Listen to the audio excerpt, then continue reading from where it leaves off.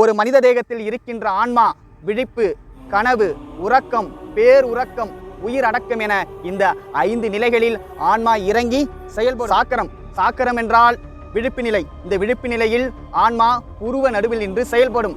சொப்பனம், சொப்பனம் என்றால் கனவு.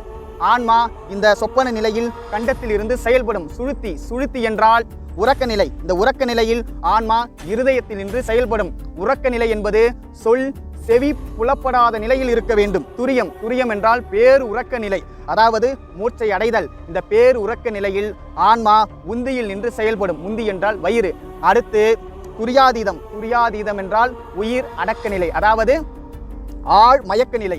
இந்த துரியாதீதத்தில் ஆழ் மயக்க நிலையில் ஆன்மா மூலாதாரத்தில் நின்று செயல்படும் என்ற 5 அவத்தைகளை வென்றவர் சமாதியில் அடங்கும்.